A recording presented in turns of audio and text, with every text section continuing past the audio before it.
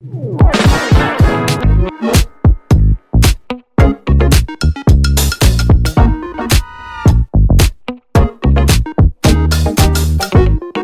dia, boa tarde, boa noite para a nossa audiência de mais um novo Comércio Cast. E novamente vocês nos provocaram, nos chamaram pelo direct e fizeram com que a gente trouxesse alguém que fosse diferente de tudo aquilo que a gente imagina para o novo Comércio Cast. Hoje a gente está com uma pessoa que veio direto de Nova York, um advogado, né, especialista aí no direito e com uma visão diferente do mundo, que proporcionou aí a criação de uma startup, né, em parceria aqui no país, no nosso país, no Brasil, e veio esclarecer isso para nós, porque uma vez que a gente está à frente do novo Comércio Cast, a gente quer trazer para vocês novidades. Seja bem-vindo, Thiago. Obrigado, Alexandre. É longe, né? Viagemzinha longa até chegar aqui. Imagina, para nós hein, Emerson? De Nova York para Pouso Alegre é um pulinho, hein? Não é? O mais rápido acho que é Pouso Alegre. O mais rápido é chegar em Pouso Alegre. Thiago, conta para nossa audiência aí, para o pessoal que está vendo a gente, né, no stream, está vendo aí nas plataformas todas, no YouTube, na Spotify. Quem é Thiago, né? Primeiro, quem é Thiago, a formação, sua história de vida. E depois como que a gente chega em você estar hoje falando para o novo Comércio Cast, né, sobre essa startup aí. Então, vamos lá. Minha formação passa pelo direito de trabalho. Primeiro a gente vai falar um pouquinho de direito de trabalho aqui. Alguns anos de especialista em direito de trabalho. Depois na área de direito corporativo. Eu tenho LLM na área de direito corporativo.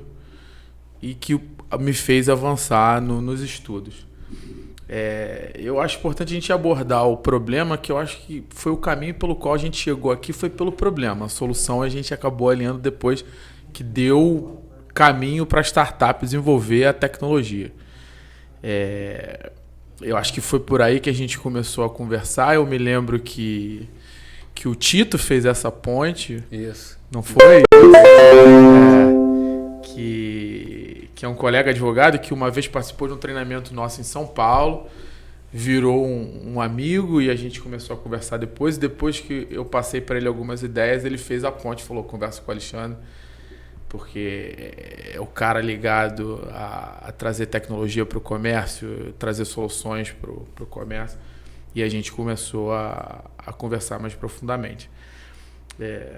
Eu acho que tudo começa, estava até conversando um pouco com um colega que estava aqui antes, com o Guilherme. Nos bastidores. Nos bastidores, Eu acho que tudo começa com um caos trabalhista que a gente vive no Brasil. Um regramento muito alongado. A gente tem CLT, expansão normativa, uma série de parâmetros ao redor do empresário que fazem com que a relação de trabalho seja muito complexa. Hoje um contrato de trabalho quase sempre deriva para uma reclamação trabalhista, o que não é razoável. Então, além de todo um paramento que o empresário tem que ter para contratar uma mão de obra. Então, hoje ele tem normalmente contador, quando ele fica um pouco maior ele precisa contratar um advogado. Mesmo se valendo do sindicato, ele ainda se sente desamparado num ambiente quase que hostil ao empresário, eu diria. Uma estrutura de não sei quantos juízes especializados em direito do trabalho, mais Ministério Público do Trabalho, mais fiscalização do trabalho. Então, a gente precisava entender como facilitar esse caminho para o empresário. Principalmente a cumprir. Eu acho que a maneira mais fácil de evitar um conflito trabalhista é cumprindo a legislação, né? Melhorando essa comunicação. Mas não foi sempre claro na nossa cabeça essa realidade. Antes de eu conseguir me mudar para os Estados Unidos, não fica claro. Eu trabalhava com contencioso também. Eu também fazia parte desse grande mecanismo de contencioso. Quando eu saio dessa realidade, pulo para a realidade nova-iorquina, que é um estado que contrata muito na federação, gera muito contrato de trabalho, foi um impacto, porque você vai para um local onde tem muita mão de obra empregada, onde provavelmente existem conflitos, mão de obra empregador-empregado, mas onde você não tem reclamação trabalhista. Você não tem processo judicial trabalhista. Não no volume que a gente tem aqui, tem umas hipóteses específicas de litigar em processo do trabalho, principalmente na hipótese de working compensation, que é quando o trabalhador se machuca, enfim. E essa perplexidade fez eu procurar entender, o que acontece lá que não acontece aqui? Aonde está a diferença para a gente, que a gente está gerando milhões em processos aqui, e aqui a gente não tem essa quantidade de processo. E batendo cabeça, estudando, tentando entender a realidade de um lugar para o outro, a primeira coisa que chamou a atenção são os elementos de comunicação. A gente tem uma estrutura muito pesada, trabalhista, o que afastou o relacionamento empregador-empregado. A gente acaba não falando com o empregado ao longo desse contrato e o problema que estava lá no início vai até o final. Dentro de uma estrutura mais contratual, é natural que esses elementos de feedback, de quitação, eles aconteçam com mais periodicidade. Então, se a gente tem mais feedbacks ao longo da relação, a gente vai obter mais quitações. Se a gente obtém quitação, ele encerra aquele contrato de trabalho, cumprindo a legislação e evitando o processo trabalhista. A ideia é essa. Explica para a nossa audiência, quando você fala quitação, porque muita gente, a gente não sabe quem está escutando, que horário está escutando, aonde que está, se está no trabalho, se não está, só para a pessoa entender, tanto o empresário quanto o funcionário, entender essa questão da quitação, para eles imaginarem. Tudo certo aí, Emerson? Você e o Lucas estão num cochicho aí que tá... Desculpe.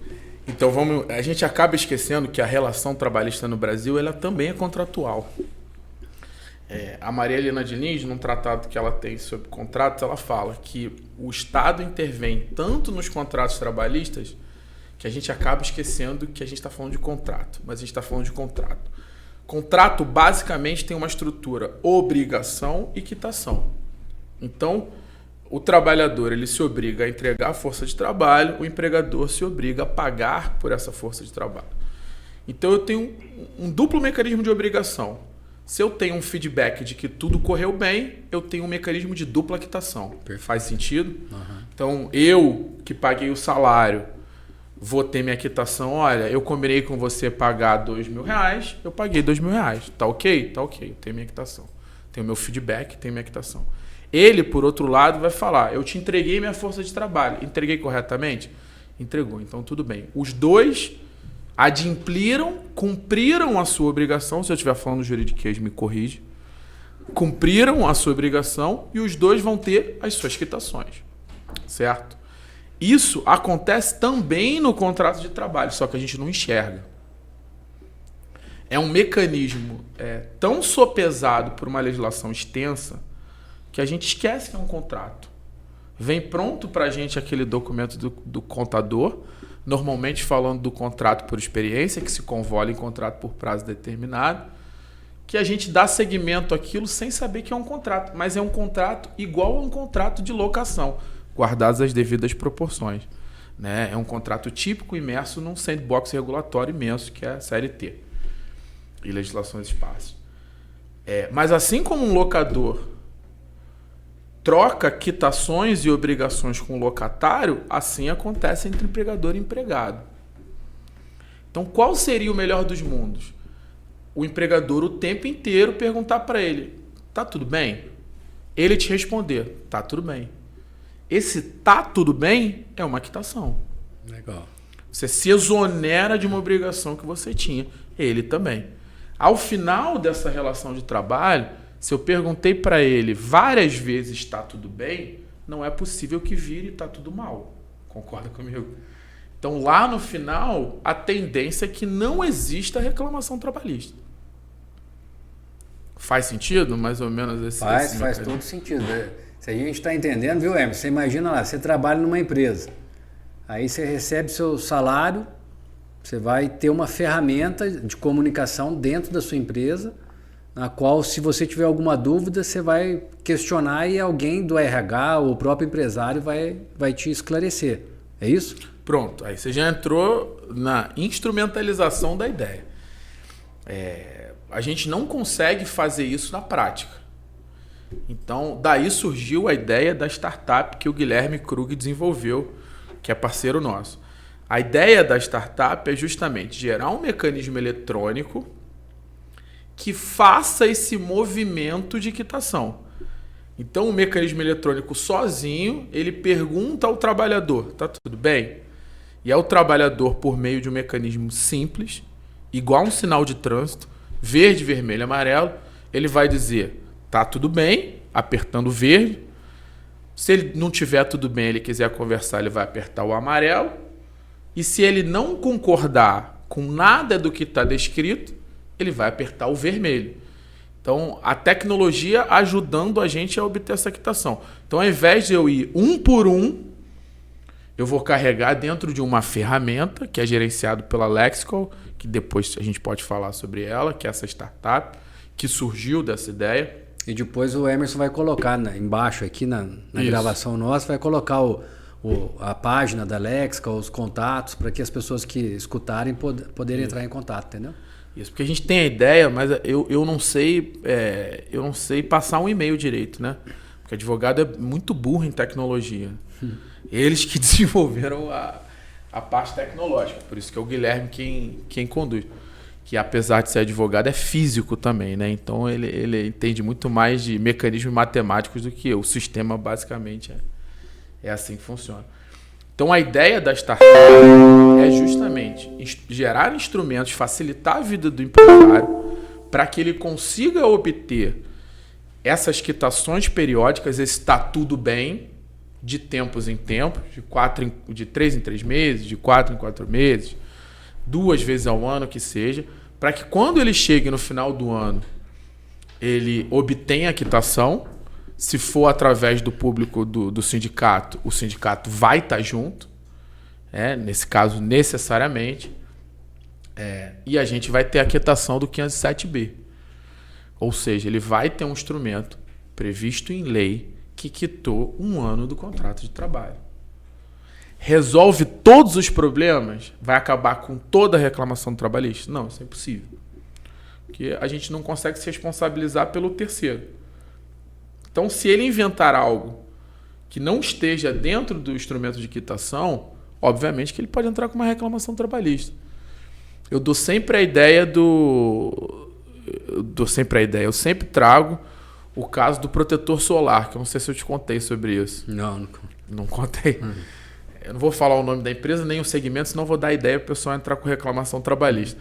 Mas uma determinada empresa, um determinado segmento, os empregados ficavam transitando entre estarem no sol em determinado momento para pegar um carro, fazer alguma coisa e saírem do sol. Beleza? Então eles ficavam expostos ao sol durante algum período. Muito grande esse período? Não, algum período, intermitente.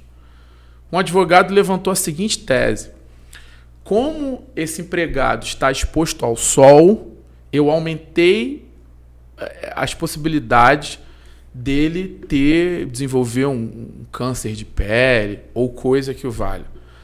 Se você não está provendo para ele protetor solar, você tem que pagar um adicional de salubridade maior. Nossa. Difícil, né? Não estava no termo. Isso não estava no termo. Então, não é uma panaceia que vai resolver tudo, mas é um mecanismo, isso é importante dizer, é um mecanismo de sinceridade entre as partes. O mecanismo ele se baseia na boa-fé objetiva. Você está se baseando num trabalhador que esteja de boa-fé e num empregador que esteja de boa-fé. Se tiver uma má-fé no meio do caminho, obviamente ele que não vai cobrir. A gente ontem estava tendo um bate-papo nessa mesma sala sobre a questão da nova CIPA, a hipótese de assédio. Você não estava aqui. A gente consegue controlar o ambiente de assédio por meio desse instrumento? Não consegue. A gente consegue obter quitação. A gente consegue dizer que a empresa deu o treinamento correto para prevenção de assédio no ambiente de trabalho. Mas se tiver... A gente consegue liberar um meio seguro para o trabalhador dizer que ele está sendo assediado e o empregador conseguir resolver. Mas se no meio do caminho tiver um gerente fazendo besteira que eu não consigo ver, o termo não cobre.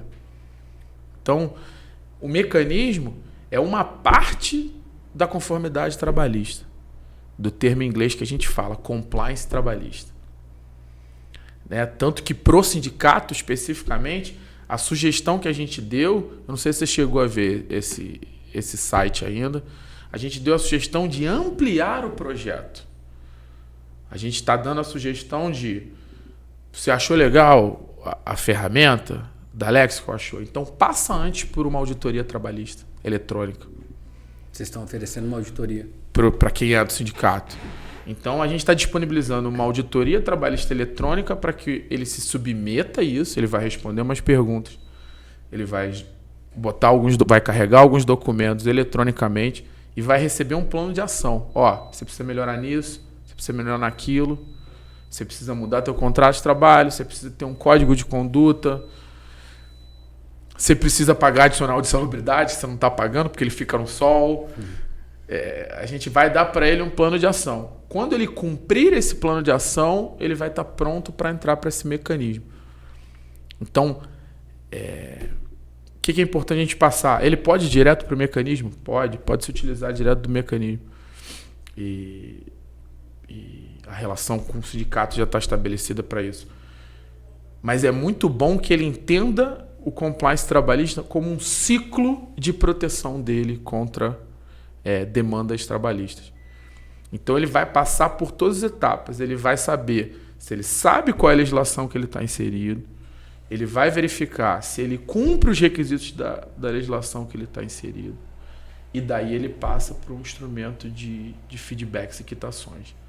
E vai ter um instrumento de quitação. E ele recebe isso por meio de um app, o funcionário, ou por e-mail? Como que é que ele recebe essa comunicação? A ferramenta manda e-mail e outras maneiras.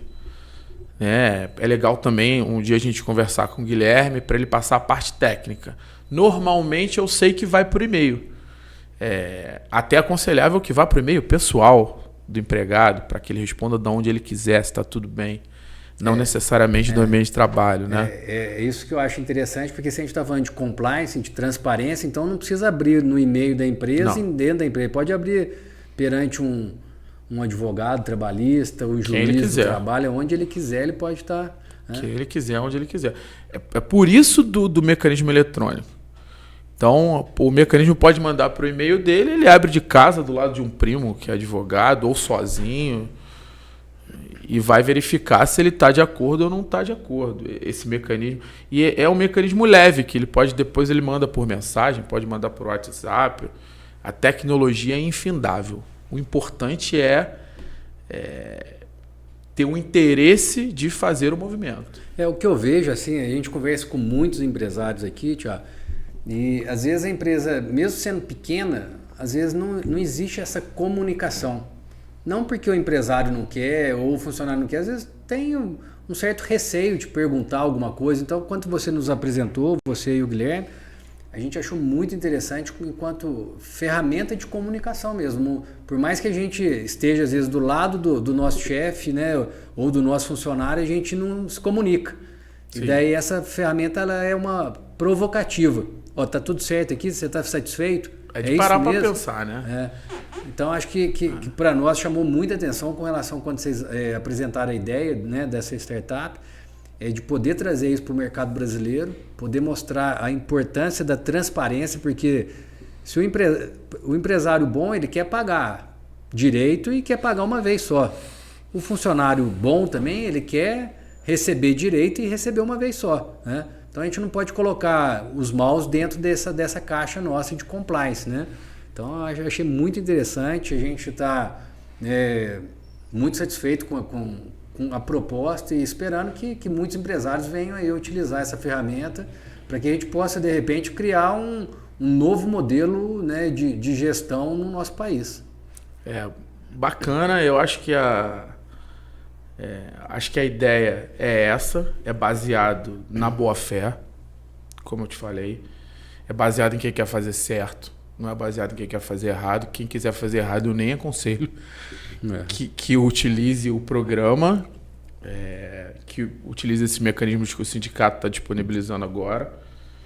Mas quem quiser fazer o certo vai ter uma ferramenta na mão, acessível, né? Porque a gente vem desenvolvendo, assim, é importante ressaltar o papel de vocês no desenvolvimento de todo o projeto, porque ao longo de todo o projeto vocês vêm dando feedbacks continuados de, olha, a gente tem que tornar mais acessível, a gente tem que tornar mais barato, a gente tem que tornar mais simplificado, e isso fez construir a ferramenta acessível para quem tem 5 empregados ou 5.000 empregados. Né? Tem a mão de vocês nisso tudo. É importante dar um mérito a quem tem o mérito. E nesse meio do caminho, assim, o que a gente quer é uma pausa para a pessoa refletir se está tudo certo. Vem o e-mail lá, ela tem que responder, né? Tem que parar em algum momento. Como a gente para, quem é católico para domingo, vai na missa, né? Quem é cristão vai no culto, enfim. Cada religião para em algum momento e reflete. A gente quer utilizar o mesmo mecanismo. Para em algum momento e vê se está tudo bem entre você e teu chefe. E diz para ele, tá tudo bem, não tá tudo bem, tá certo, não tá certo, quero conversar, não quero conversar. Ontem alguém falou pra gente que grande parte das pessoas que procuram RH, eu não vou me lembrar da empresa, é para tirar dúvida se o salário dele tá certo ou não tá. Mas quando eles procuram RH, eles não consideram que o colega que tá com um salário um pouco maior fez mais hora extra do que ele. Por isso que um tá com 2.000 no contra-cheque, outro tá com 1.500, porque teve um trabalho extraordinário, no feriado, teve uma certa hora extra. Uma coisa boba. Que gera um conflito. Que gera uma reclamação trabalhista. Então, o resumo, né, da história é: vamos tentar conversar antes de ter o problema. Que eu sei que é uma veia tua de mediação, uma veia tua de resolução de conflito, que é antes que o conflito tensione a ponto de eu ter que ter um juiz no meio do caminho, vamos resolver entre a gente. Não vamos acreditar nessa história de que eu preciso de um pai sobre essa relação, que é seja o juiz, enfim, seja a fiscalização do trabalho, coisa que vai. A gente pode se resolver entre a gente. A gente tem condições de conversar entre a gente. A diferença entre a gente talvez não seja tão grande quanto as pessoas falam. Porque eu, sem o teu trabalho, eu não produzo um chaveiro. E você, sem a minha máquina, não ganha salário. Então tem alguma coisa que nos difere, mas tem alguma coisa que nos une. Eu preciso de você, você precisa de mim. Então, se a gente conversar no final das contas, a gente finaliza essa relação bem. Acho que é isso, né? E a gente aqui no Sindicomércio, a gente tem tentado agir de uma forma de ser um hub de negócios. E quando a gente fala de hub de negócios, nós queremos especificamente que as duas partes estejam saudáveis, né? A mão de obra e aquela que paga pela mão de obra, a pagadora, né? E nesse sentido, essa ferramenta, ela é, assim, a gente está vendo com tantos bons olhos essa ferramenta, porque assim, a gente vive num mundo de tanta tecnologia, tanta informação, mas parece que a comunicação ela nunca faltou tanto na sociedade. Parece que diminuiu, né? Porque com tanta tecnologia e informação, a gente está se comunicando cada vez menos. Então, assim, quando vocês, né, trouxeram a ideia e a gente, como você disse, a gente foi aperfeiçoando, a gente imaginou nesse sentido. Nossa, será que a gente vai ter realmente algo que possa pacificar os dois lados com relação à informação, né? É lógico que a pessoa tem que desempenhar o bom trabalho dela, o empresário tem que pagar dentro daquilo que foi contratado, mas às vezes falta uma informação que gera uma trinca ali na relação e daí para frente tudo vai degringolando. Então eu tenho visto assim, a LexCall como uma ferramenta importantíssima para a sociedade. A gente espera que Pouso Alegre saia no cenário nacional junto com a LexCall, né, nesse projeto de inovação. E vamos torcer para que várias pessoas possam experimentar essa ideia, né? Se depender da gente, a gente vai voar com relação a isso. Minas sai na frente do Brasil em termos de tecnologia. E a gente espera que agora Pouso Alegre vá adiante nisso aí. Eu tô do lado, sou entusiasta, como eu falei, da maneira como a ideia foi desenvolvida, o sindicato ativamente participou para que isso chegasse no pequeno empresário. O meu cotidiano tinha dificuldade de enxergar algumas coisas que é típica do pequeno empresário, e você me fez enxergar isso bem, e ajudar a desenvolver a ferramenta para que ela, no final das contas, ajudasse, né? Eu acho que a finalidade da ferramenta é ajudar. E hoje eu acho que ela tá bacana, tá acessível, tá simples, né? Tá atendendo ao que ela se pretende, que juridicamente foi tudo que a gente conversou. Juridicamente, o que a gente pretende? Que não tenha processo trabalhista. Sem ofender nenhum direito, sem diminuir nenhum direito, sem impingir nenhum tipo de coação, nada disso. Pelo contrário, aumentando a voz do empregado. A gente quer dar o protagonismo para o empregado nesse meio do caminho, até para falar que está desconfortável. E é importante falar que a gente não está excluindo nem mesmo o trabalho dos advogados na área do direito do trabalho, porque na verdade está peneirando, fazendo um filtro, falando, ó, esse cara aqui realmente tem direito, pode entrar que ele vai estar... Não tem nada a ver com processo trabalhista. Como eu falei antes, é impossível dizer que nunca mais haverá processo do trabalho. Seria uma utopia, né? Um sonho. Haverá processo do trabalho. Acho que todo esse mecanismo continua igual.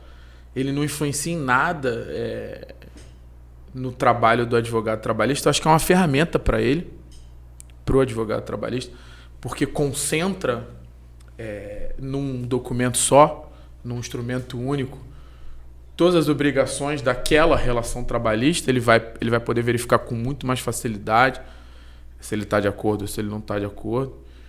E tem em mãos algum instrumento que ele seja até mais preciso nas reclamações trabalhistas que houverem, né? Que venham a ter. E como você colocou, a gente não tem nenhuma relação com isso ou vinculação com nada disso. E é legal dizer, Thiago, que assim, é bom para a empresa pequena, para o empresário da pequena, da média e da grande, essa ferramenta. Acho, né? Ela é boa para quem quer andar certo, não tem dúvida que seja boa. É uma ferramenta de compliance, né? Nós estamos falando de compliance, não estamos escondendo nada, estamos deixando o mais transparente possível. Ela é boa para o funcionário e para o empresário. E ela é boa principalmente, conversando com você agora, veio aqui na memória, para o contabilista, né? Sim. Porque se o contabilista quer entregar algo mais para aquelas empresas, ele pode estar tendo esse trabalho junto à sua contabilidade também. Bem lembrado. Muitas vezes ele fica com o DP, né? E o DP, dentro daquele cotidiano dele, faz com que a reclamação trabalhista caia no colo do contador, muitas das vezes. Né? Ele acaba tendo que tratar aquela reclamação trabalhista, chama um advogado conhecido, enfim, ou tem alguém dentro da estrutura dele, para ter que tratar aquela reclamação trabalhista que veio dentro de um DP que é dele, né? De um departamento pessoal que é dele. Nesse sentido, vai dar o conforto para o contabilista, essa ferramenta, de que o que ele está oferecendo para o cliente dele é o mais adequado à legislação, é o que está mais conforme à legislação, é o que tem menos chance dele ser autuado. Por exemplo, a gente está inserido numa fase do e-social que deixa tudo evidente. As autuações começarão a ser eletrônicas. Então, assim, o melhor que se tem é dar essa ferramenta para o contador nesse momento para que ele possa saber do problema antes que ele aconteça. Nas relações interpessoais e na relação total da empresa. Então, é uma fase que a gente vive hoje eu acho muito por conta do e-social, uma fase muito transparente. A gente vai ter que parar para resolver problema, de um jeito ou de outro. E eu não estou falando que seja bom ou seja ruim. Não tem um juízo de valor. Mas agora, se eu acho que a legislação é muito grande sobre mim, eu vou ter que parar e conversar. Eu não consigo mais esconder, eu não consigo mais pegar um atalho, tá tudo ali. A ferramenta vai facilitar a vida do contador nesse sentido. Fala, ó, vamos correr aqui uma ferramenta que a gente mantenha pelo menos esse micromundo, relação empregador e empregado, sempre conforme. Né? O sistema pode mandar diretamente para o contador, ele pode ir tratando ponto a ponto. Algumas vezes coisa boba, de banco de horas, olha, eu tenho tantas horas, sim, mas o banco de horas é semestral, você vai compensar até o dia tal, que ele resolve facilmente em 10 minutos de conversa, o contador, 15 minutos de conversa, e não vai virar uma reclamação trabalhista no futuro pedindo o dobro do que não foi compensado. E até o clima organizacional melhora. Melhora. Né? Então, às vezes assim, a gente escuta muito depoimento, principalmente quando o empresário é pequeno, é de micro e pequena empresa. Há muito tempo atrás sempre a gente escutou, estou fazendo mais ou menos porque minha empresa é pequena. Então assim, e eu participando de vários segmentos, várias reuniões, o que a gente tem percebido? Que o grande um dia era pequeno. E para ele se tornar grande, ele tem que fazer as coisas direito. Mesmo que ele queira permanecer pequeno, hoje tem vários grupos de investidores que estão querendo investir em empresas pequenas. Mas para que ele possa investir, essa empresa tem que ser uma empresa transparente, que tenha boas práticas. E o compliance, tanto o compliance quanto o ESG, são selos que hoje as empresas terão que ter. Mandatório. Entendeu? Terão que ter, não só no país, mas a nível mundial. Né? Então a gente está trazendo isso, né, a Lexcol para cá, com essa ideia de colocar nos pequenos esse selo. Estamos trabalhando também numa vertente do ESG para poder colocar nas empresas esse selo do ESG, para que a gente possa mostrar para a grande rede, para as grandes empresas, que o pequeno faz a diferença também. Né? Porque muitas vezes a gente olha uma empresa grande com compliance, com ESG e fala, minha empresa não precisa ter isso. Então assim, a gente tá muito empolgado, sabe, Thiago? Estamos muito empolgados mesmo para que esse serviço venha à tona aí, que as pessoas possam utilizar cada vez mais e ser referência, porque às vezes as pessoas querem andar errado ou porque acham que vai dar muito certo. Querem andar não, andam errado porque acham que andar certo vai dar trabalho. Talvez não errado, né? Não cumprem 100%. Errado assim, no modo de dizer assim, às vezes não se adequa ao que tem que ser feito. Porque fala, isso vai me custar mais, mas se você fizer certo, é tempo, é dor de cabeça, é um sono bem dormido, é tudo. E influencia, você trouxe a questão, desculpa te interromper, você trouxe a questão do investimento, vai impactar diretamente no custo do capital dessa empresa. Diretamente. Se ela tem reclamação trabalhista ou não, vai impactar diretamente em quanto custa o dinheiro para ela, seja no banco, seja no investidor. Primeiro porque ela pode ser surpreendida por um passivo que ela não contava. Porque se ela está deixando a vida levar, ela não contingenciou nada. Então pode ser que chegue para uma pequena empresa uma condenação de 100, 200 mil reais. Eu acredito que 100, 200 mil reais no universo de uma pequena sapataria, fecha a empresa. Fecha a empresa. Então tomar conta do teu ambiente laboral, das tuas relações de trabalho, faz parte do quão perene você quer que seja a sua empresa. É necessário, você tem que tomar conta disso. Às vezes chega uma autuação, para legislação de PCD, ela precisaria ser um pouco maior, mas enfim, vamos pegar esse exemplo.